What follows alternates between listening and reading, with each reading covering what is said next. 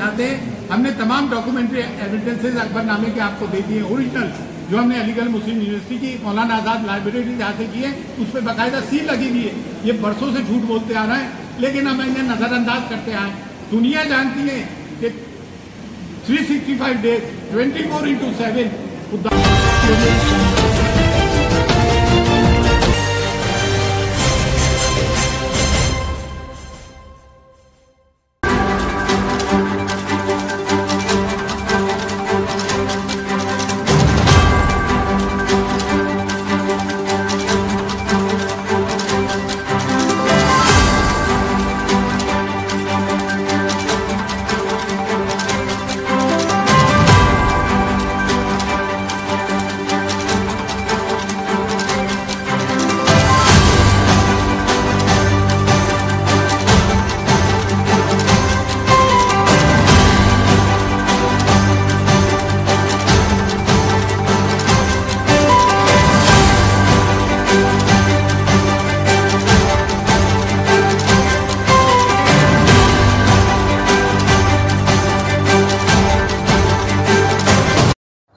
देखिए, नुकसान तो ये है कि चाल चरित्र चेहरा गवर्नमेंट का सामने है।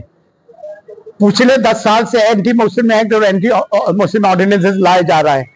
एनआरसी से हमारी सिटीजनशिप छीनना चाहते थे, इससे हमारी मिल्कियत, लेकिन ये अच्छा हुआ जेपीसी में चली गई। लेकिन इसके अंदर हमारे लोगों का भी कसूर रहा है जो औकाफ में रहे। औकाफ राजस्थान किसी स्टेट का औकाफ बोर्ड हो या सेंट्रल वक्फ काउंसिल हो, गवर्नमेंट ही बनाती है, इसमें पिछ लगू मुसलमानों को डालती है। उन्होंने प्रॉपर्टी को खुद बुर्द किया।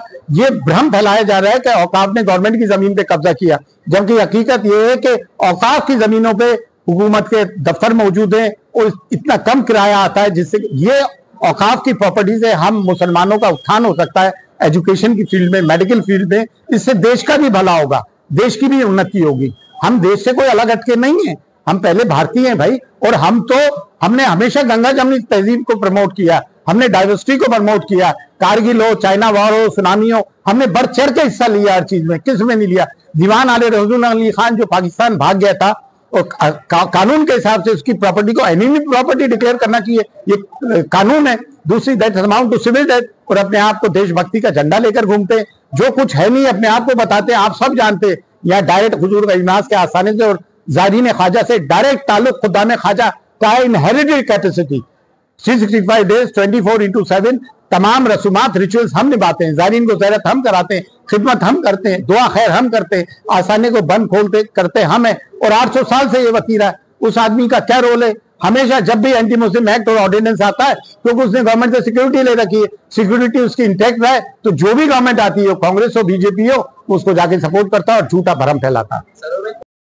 और एंटी मुस्लिम ऑर्डिनेंस आ रहा है, उनको सपोर्ट करते हैं और अपने आप का स्पिरिचुअल हेड बताते हैं। जबकि ख्वाजा मोइनुद्दीन चिश्ती स्पिरिचुअल हेड है, वो दीवान है, हम खादिम है। और अकॉर्डिंग टू दरगाह ख्वाजा साहब है, नसरुद्दीन का कोई स्टेट नहीं है दरगाह में। पिछले 10 साल से anti Muslim act, anti Muslim ordinances आ रहा है, जिससे कि मुसलमानों को नुकसान पहुंच रहा है। कभी लव जिहाद, कभी यूपीएससी जिहाद, कभी लैंड जिहाद। एक इको सिस्टम को डेवलप कर रखा है, मुसलमानों से दुश्मनी का माहौल कर रखा है, सिस्टम को पोलराइज कर रखा है। ध्यान भटकाने के लिए मेन मुद्दों से, बेरोजगारी के लिए और महंगाई के मुद्दों से भटकाने के लिए काम किया जा रहा है। 3 में जेपीसी में हमारा भी रिप्रेजेंटेशन था। जब जाएंगे तो हम अपनी बात पावरफुल तरीके से रखेंगे। हाँ, एनआरसी में क्या नुकसान हुआ था जिसका आपने? एनआरसी तो ये इम्प्लीमेंट नहीं कर सके, सीए लाके। हाँ, आपने इतने प्लेटफॉर्म पे कहा है, जिस तरह से एनआरसी के माध्यम से आपको बाहर निकालने का प्रयास किया है, उसी माध्यम से हमारी जमीनें हड़पने का प्रयास किया है। इस तरह से एनआरसी में कुछ हुआ तो इसमें क्या होगा, आपको क्या लगता है? नहीं जी, गवर्नमेंट लाना तो चाह रही थी सीए लाकर। एनआरसी का मतलब यह था कि सिर्फ मुसलमानों को हटा के तमाम नॉन मुस्लिम को ले लिया। तो अगर एनआरसी लाते हैं तो उनके पास तो इजी होगा।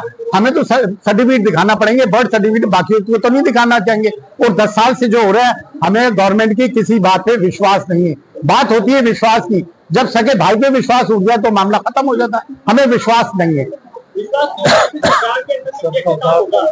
काम तो क्या होगा, क्या हो रहा है? हमारे प्रॉफिट की शान में गुस्ताखियां हो रही है, वहां लिंचिंग हो रही है।